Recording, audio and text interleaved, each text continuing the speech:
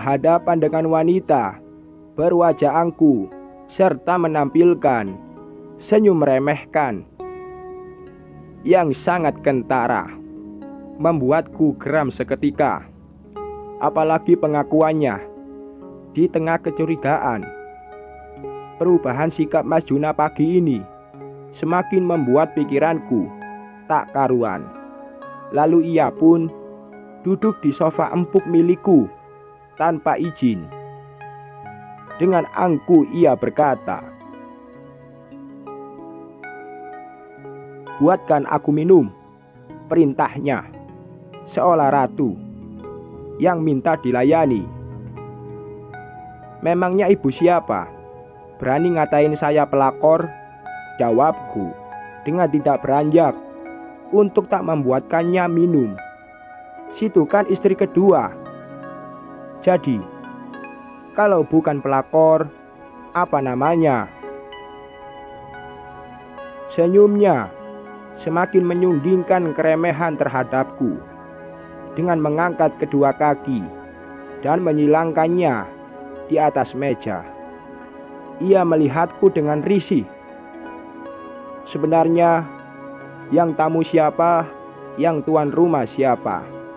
Aku istri sah Mas Juna, bukan pelakor," belaku, masih melayani ocehannya.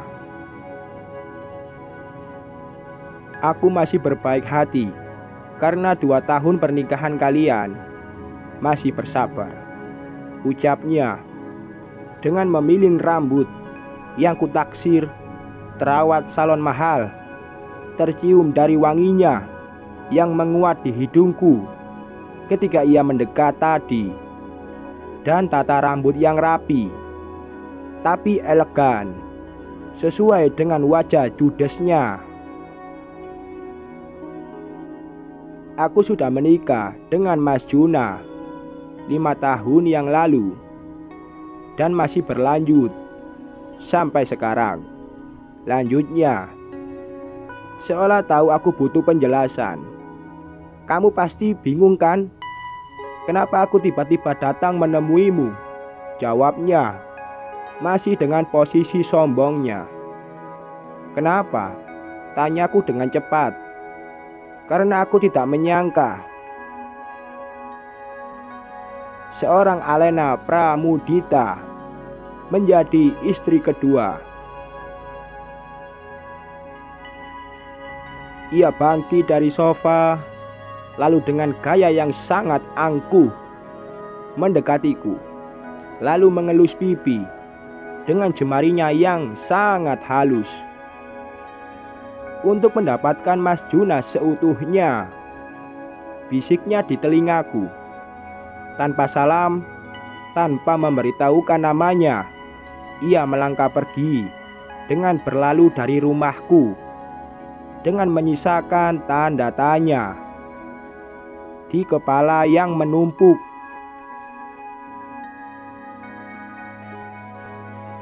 Aku pun hanya terbengong sekaligus shock melihat dengan mata kepala sendiri seorang wanita yang tidak aku kenal sama sekali tiba-tiba datang ke rumah dan dengan beraninya mengaku sebagai istri pertama Mas Juna.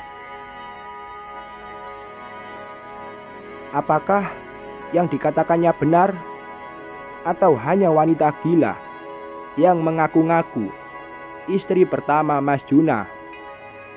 Entahlah, aku harus segera bertanya kepada Mas Juna. Segera aku kembali ke kamar. Setelah mengunci rapat pintu depan, pikiranku masih berprasangka baik terhadap Mas Juna, dan dengan harapan wanita tadi cuma mengaku-ngaku saja. Dengan memencet nomor suamiku, aku terus menghubungi nomor Mas Juna, tapi tidak ada jawaban di seberang sana. Hanya nada dering. Lalu dilanjutkan dengan suara operator perempuan yang kutaksir pasti bukan wanita tadi. Sesibuk apa sih dia sampai tidak angkat telepon? Gerutuku dengan didengar telinga sendiri. Karena di rumah ini aku hanya tinggal berdua dengan Mas Juna. Biasanya meskipun Mas Juna sibuk, pasti dia angkat telepon dan bilang tidak bisa bicara karena meeting atau apalah. Ocehanku mulai panjang karena kesal.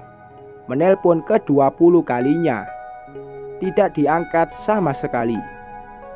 Aku membanting HP tersebut ke atas ranjang, tempat saksi cinta dan kebersamaanku dengan Mas Juna selama 2 tahun pernikahan ini.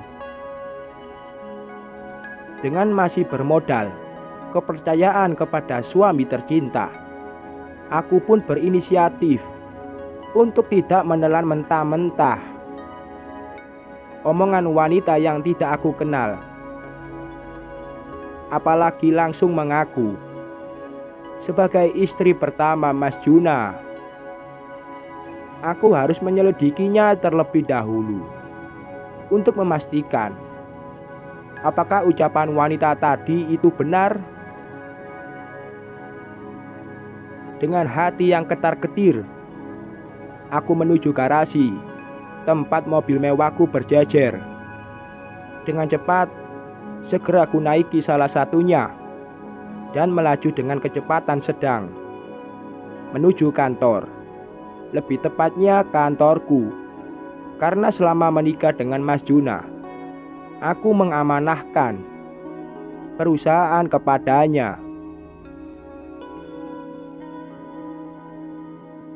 Masih dengan berbau pagi menjelang siang, dan beberapa pegawai yang melihat dan mengenalku menyapa dengan hormat.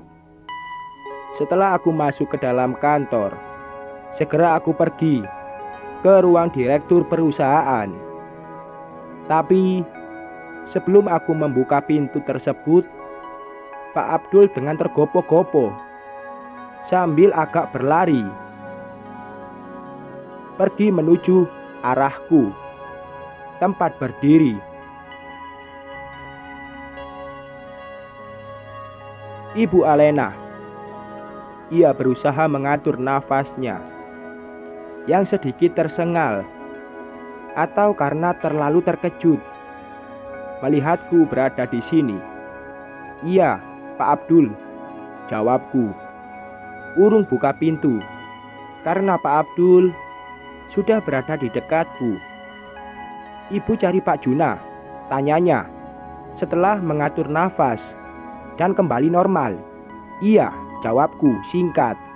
Pak Juna tidak ada di ruangannya. Mas Juna tidak ada di sini. Lalu kemana dia? Atau jangan-jangan